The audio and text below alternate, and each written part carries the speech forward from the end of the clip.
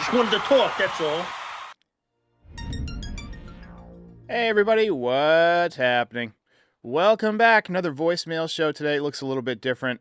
I'm undergoing some construction here in my studio where I'm putting in a third stream deck, which has all my buttons for like scenes and sounds and stuff like that. And I was working on that this morning, so I didn't have time to do the typical rundown. But we do have a number of calls that I want to get to.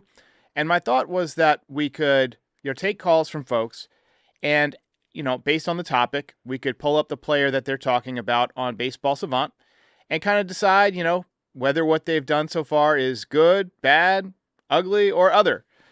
So what we're going to do is we're going to start with Oswaldo Peraza. And let me know if you guys like this format. This could be something that's a lot easier for me, honestly. But I think it could make for a more engaging show. But let's go ahead and pull up this first voicemail from or about Oswaldo Peraza.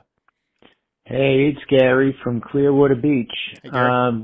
Big time Yankee fan. I noticed something that happened in spring training, and it was about Oswaldo Peraza. He was pulled, and I think you might even remember this. He was pulled from a game because he had to go to the eye doctor.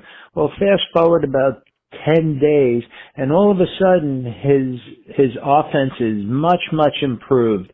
And I'll bet you it's just the simple going to the eye doctor and getting a pair of new contacts or glasses, and seems like maybe we're going to have a player. Wonder what you think. Thanks. I hadn't even thought about that correlation. I had totally forgotten about that. But you're right. He did have a eye doctor appointment during the middle of spring training, and he's looked good since the season started. I'd have to put him in the good category. 286 so far. Now, he doesn't walk. I mean, he's in the 0 percentile of walks because he just doesn't have any. But he's got a couple of doubles. He's got a home run already. He had a home run in his first at bat. This is the most offensive production that Oswaldo Peraza has put up since coming to the Yankees. And if it is something as simple as just getting a change of prescription or some new contact lenses or whatever, that's a huge W for the Yankees because he can really play defense already. And if he starts hitting, that just makes him a much more valuable player. I think we're going to see him get more reps over the next couple of weeks as we find out who he is as a player. I think Oswaldo Cabrera has done admirably over there. The Yankees, when they get Giancarlo Stanton back, are going to be facing a little bit of a decision because they're going to have some guys who are hitting that are going to need to still get at bats. And we got an interesting call here about what the Yankees could do with that third base situation. Hi, Derek. This is Ray in Northern New York. Just wanted to comment on Ben Rice, a very valuable player in our lineup. When Stanton comes back, obviously they'll probably want to put him in the DH role. So I think a good spot for Ben Rice would be to see if he can play third base. I know Joe Torre played third base at one time in his career. And if he doesn't have the arm, maybe put him at second base and put Jazz back over at third base. I think Ben Rice is athletic enough to accomplish this. And thank you very much, Derek. Have a good day. All right, so first of all, I appreciate the call. It's an interesting idea. I think second base is out.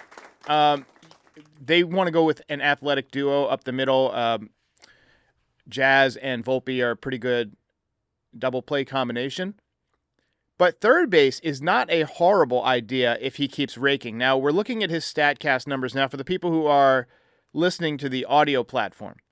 He's in the 98th percentile, this is Ben Rice, of batting run value. His xWOBA is in the 97th percentile. His expected batting average is in the 89th percentile.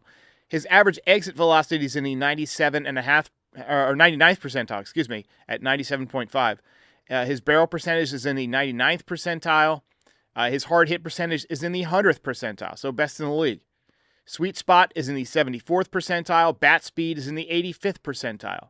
I know I'm throwing a lot of percentiles at you, but the point is that he is near the top of the league in every frickin' thing. he is a dominant offensive player right now. He is only hitting 306. I know, we got some guys hitting like 350 right now, but last year he didn't have anything like this. I mean, he had a couple of good games. He had that 3 home run game, but the exit velocity and the hard contact consistently is incredible, the way he's improved year over year. Now, can he play third base? There's this old thought of, oh, by the way, he's got a 419 on base percentage, that's what Juan Soto had last year. So that tells you how good he's been at getting on base so far. Anyway, there's this old adage in baseball that if you can play first base, you can play third base. I haven't seen him take any reps over there, but if he keeps raking, I could see them giving him some reps over there. You got to find a way to keep his bat in the lineup when Giancarlo Stanton comes back, which, could be in a month, maybe a little bit more than a month. If Ben Rice in a month has a 420 on base percentage or roughly a 420 on base percentage, I guarantee you he's not going to AAA. I guarantee you. If he's got 7, 8, 10 home runs, and right now he's got 3, there's zero chance that he goes back to the minor leagues. Then the question becomes, how do you figure out the roster crunch, right? So what you can do is you can have Giancarlo be a $27 million DH platoon, so we haven't even taken only his defense away, we've taken away his at-bats against right-handers. We could do that. So that way you got basically a platoon at DH, but then Ben Rice is getting most of the at-bats because he's a left-hander and there's more right-handers. But if you go to a lefty, which a lot of teams have been throwing lefties at the Yankees, you got to face Big G in the middle of the order. That's something I like. But the third base thing is interesting, and I hadn't thought about that. So I wouldn't be shocked to see him take some reps over there, especially if, Oswaldo or Oswaldo Peraza or both of them go into a slump. Right now, both of them are playing pretty well. We got another call here on Ben Rice. What's up, Derek? It's Kyle, longtime listener, been here since 2020, I think. Weird series. Obviously, pitching was all over the place. Max Fried obviously dealt. I was thinking mostly, though, about Ben Rice. He looks just absolutely elite out there. Elite. Obviously, last year, everyone was saying, his peripherals looked amazing, but he wasn't getting results. Now his peripherals look amazing, and he is getting results. Yep. I was just thinking, when Stanton comes back, assuming he does come back this year, what do you do with him? Because they've shown that Goldie is more than just a lefty specialist. He's playing every day, and he's playing great. There's no DH role if Stanton's in the lineup, and catcher's really going to be Wells the entire time. So where do you put Rice at that point? He's been hitting so well, I feel like he has to be in the lineup, but I don't know where. Anyway, good show, Derek. Hope you have a good day. That's what we've been discussing, and I wanted to lead into Paul Goldschmidt with this. I have to put him in the good category. 80th percentile of batting run value. I mean, he's read across the board here. xWOBA, expected batting average, slugging, sweet spot, whiff percentage, strikeout percentage. I love that he's not a big strikeout guy. Hitting .383 on the young season. 1 home run. It was to lead off the second game of the season. 18 for 47. I think he's done admirably at first base. Now they have his range down. And his speed, he's not as slow as I thought he would be. Like, you think of a 37-year-old and you think, probably not a guy who can move too quickly. But he's in the 40th percentile, which is not far below average. He hustles. He's not coming out of the lineup, and especially against lefties. So the Yankees really are going to have a conundrum as to what they do with Giancarlo Stanton, Ben Rice, how they make this all fit. I thought we could take a look at Oswaldo Cabrera. Now, I don't think we have any calls about him, but I think it's worth noting that he's done a solid job this year. You look at the batting run value, he's above average. Base running value, he's roughly average. Fielding run value, not great so far. The expected batting average is very high. He's hitting .308 on the season. No power to speak of, no home runs, but we know he has some pop. He had 8 home runs last year, 5 the year before in limited playing time. Obviously not a huge power guy, but it wouldn't surprise anybody if he hit 12 or 13 home runs. I think that's a fair estimate for him over the course of the season. I like that he's become much more of a contact-oriented guy. You see on the sweet spot, he's averaging in the 100th percentile. 57.9% of the time, he's on the sweet spot. The whiff percentage is good. And then, he's another guy who doesn't have a lot of range. He's in the 26th percentile. The arm really hasn't registered yet. But so far, we're not seeing anything too alarming from Oswaldo. I've only seen positives. The barrel rate, not great. And the bat speed, not tremendous in the 9th percentile. But overall, I like what we're seeing from him. Just a good, solid baseball guy and a good team guy at that. Let's take another call here. How you doing there, Dari? This is Milton from Texas. I had called last night or last night, and I don't know if you heard my message, but I wanted to find out if you could find out for me. There was a player, I don't know, maybe 2, 3, 4, 4 years ago, the Yankees. I don't even remember if it was a position of pitch, but he was hurt. Everybody knew that he was hurt in October of that year, and then it went all the way to spring training, just about. They said, "Oh, you know something? Maybe he didn't heal. Let's do the surgery," which I think was a stupid move. And the Yankees are so bad on managing their injuries, and not that they can avoid injuries, but that they manage when people are coming back, when the players are going to come back. They always mistake it. When they say 1 month, it's really going to be 2 months. But anyway, I was just wondering who that player was, and you could look it up. You stumped me. I don't remember who you're talking about. I know the Yankees have mismanaged a lot of injuries. They had, Luis Severino had issues. You had issues with Aaron Hicks that they ignored. I think Clint Frazier played with some stuff for a while that, he had issues with. And, some of these guys just weren't good players, but I'm not sure what specific player you're mentioning. So if anybody knows in the comments or in the chat, fire it up. Jared Williams says, any concerns about Jazz Chisholm? Yes. So I'm going to pull up Jazz Chisholm's numbers now on StatCast real quick, and we'll take a look. Now, obviously, the values are still all pretty good, which is pretty much all the Yankees care about, I think. But the strikeouts are way up. He's in the 4th percentile. He's, awful at making contact lately. But when he does barrel it up, he's barreling it up hard. And he's got already 4 home runs. He's got 4 stolen bases. Last year, of course, he stole 40. I think he really didn't like the cold weather. That would explain, how he played in October. I don't think he likes cold weather baseball. And that's a concern for a team that plays deep into the playoffs often. So, the slugging percentage, the expected slugging percentage, the sweet spot, the bat speed, all good. But again, the problem with him is just the whiff percentage, the strikeout percentage, just striking out way too much.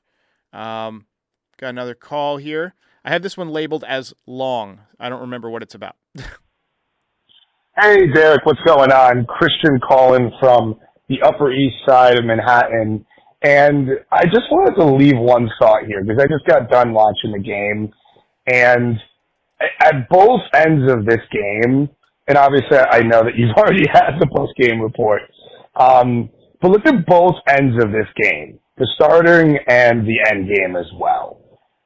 Both pitchers are National League pitchers. Both pitchers are on relatively winning ball clubs. Obviously, the Braves are a much better ball club than the Brewers. But here's one thought for you. Does Devin Williams want to be here? Because he didn't have a no-trade clause in his contract. He wasn't a free agent signing. We got him via the Nestor Cortez trade. Max Fried was a free agent signing. And he went out and threw 7 scoreless. There's also been a ton of good media on Max Fried about how he's gelling with the team. He seems genuinely excited to be here. Devin Williams, on the other hand, the body language is so horribly bad, I almost can't ignore it. I get that he's the airbender and he nibbles and he throws a lot of pitches and maybe he doesn't have his best stuff right now. I get it. It's a big change between, Wisconsin and New York in every sense of the word. It's a big change. I get it. It's April 10th. I'm not here to completely freak out. Okay, so Devin Williams, I might be freaking out a little bit. 12 ERA so far. I think you're right that he doesn't look entirely comfortable. Yesterday he said that he needs game reps and that he wasn't completely in a groove. And my first thought was there should be some kind of a training period during the spring in which they get game reps. That's just my thought. But yeah, he has not looked great so far. We got another comment here about Anthony Volpe, and I wanted to pull up his numbers here. We've got, I think I lost the chat, but somebody asked, how do you feel about Anthony Volpe? And I think he's done an admirable job so far this year. Obviously, the power's been great, 4 home runs already, which is a third of what he had last year. The average, not great, 234. He is getting on base at a higher clip than he did last year. 321 on base percentage. He's squared up the ball a lot. He's barreled it up a lot. His range on defense has been fantastic. I think he's going to have a good year. I think he's looking at a 4 to 5 win season if he just keeps this up, even with the low batting average, because he's putting up power numbers. But I'm looking forward to seeing the Yankees come back to Yankee Stadium. They play much better in the Bronx. And, I mean, I know that hasn't been true the last couple of years necessarily, but I feel like this team, the way they hit, is going to play much better in the Bronx. And I feel like Anthony Volpe picks up more home runs in the Bronx because he can use that short porch. But, yeah, I have no issues with Anthony Volpe so far. All right, we got a quick ad from Scott and AJ about Arena Club, and then I'll be back to take more voicemails and comments as we wrap up this off-day episode. Quick word from Arena Club, back in 60 seconds. FT fam, Arena Club is the modern way to collect cards or buy or sell or trade or even grade. And we're highlighting slab packs because this is the new way to rip open a pack, get a really good card, AJ. But also, if you're not into the card, like I know you pulled a Bob Gibson card recently, you can get an offer of 90% of the estimated value and just accept it on the spot and give it right back and maybe try again with another slab pack. I ain't getting rid of my Bob Gibson autograph card. Bob Gibson ain't signing cards anytime soon, so I'm keeping this one. It gets graded for you. There's no mess. The only thing I wish they had bubble gum. Can they virtually send me some bubble gum, Scott? Other than that, it's awesome. You can buy, sell cards. They grade them instantly for you. And physically, you can also get the cards if you want them. So I'm all for this. This is one of the coolest things I've ever seen. Yeah, those cards are in your showroom in the app. And then, of course, you can get the card physically sent to you. So right now, you can get 20% off your first slab pack or card purchase by going to arenaclub.com/FOUL. That's arenaclub.com/FOUL. Code FOUL for 20% off your first purchase. What do you hear? What do you say? All right, so let's take a look at some of my baseball cards. So this is one my dad gave me. This is a Roger Maris. I believe this is a 1960 Roger Maris card with the Yankees. I don't have a lot of baseball cards, but I keep a few of them around just as like decoration. I would never sell them. I'm not like a, I don't really like to sell stuff. I hoard stuff. Like I've got closets full of stuff. This is one of my favorites. This is Don Mattingly rookie card. This is the Fleer Mattingly rookie card from '84. One of my favorite cards. Took me forever to get this card. I remember seeing it in the card shop a lot when I was a kid, and I always wanted it. And then finally, as an adult, I found one on eBay. Masahiro Tanaka card. I opened this is a what is this? Bowman. I opened this a random pack, and this was the first card on top, and it was the first pack of cards I'd opened in forever, and Tanaka was one of my favorite pitchers, so I kept this one around. We got a couple of cards here. My brother gave me this one. This is an Anthony Volpe card from USA Baseball from 18 and under. Still looks exactly the same. Still baby face. Okay, so we got a comment here from Yankee Legends. This is Tattoo Ray tomorrow, which takes me to my Nostra Derek prediction. Aaron Judge owns Robbie Ray. And my prediction is that Aaron Judge will hit a home run tomorrow off of Robbie Ray, especially if somebody gets on base in front of him because they're going to have to pitch to him a little bit. I mean, Robbie Ray knows that Judge owns him, but I think Judge is going deep tomorrow. He hasn't gone deep in a couple of days. He's due, and I think he's going to get to Robbie Ray. This is my favorite card. This is a card where it shows Mantle's 565-foot home run in Washington. It's hard to really see it, but it's cool. It shows like the track of the ball and the tape measure, and then on the back, it's got the newspaper. It says Mantle blasts 565-foot home run. So occasionally I'll turn it around. It's kind of got like a two-sided look to it. This is a Jeter card from his final game at Yankee Stadium, the walk-off, and this was sent to me by Jack Curry when I pre-ordered his book. And then Ricky Henderson, one of my favorite Yankees ever. Even though I didn't really get to see him play that much because I was younger, I always loved Ricky. And I was so sad when he died. And his statuette from McFarlane will sit on this set for the rest of the season in honor of Ricky Henderson. So I got Willie Randolph here. This one, it has an autograph, but it's not a real autograph. It's like part of the card. I should probably put this one in a case. I don't have a lot of cases. We got Tony Kubek. I'm not sure what year this is. Looks like 1964. Tony Kubek. We got David Cohn. This is another one that was sent to me by Jack Curry for ordering one of his books. And then we got this is a 1958 Mickey Mantle All-Star card. One of my favorite ones. Another one that I just put on display.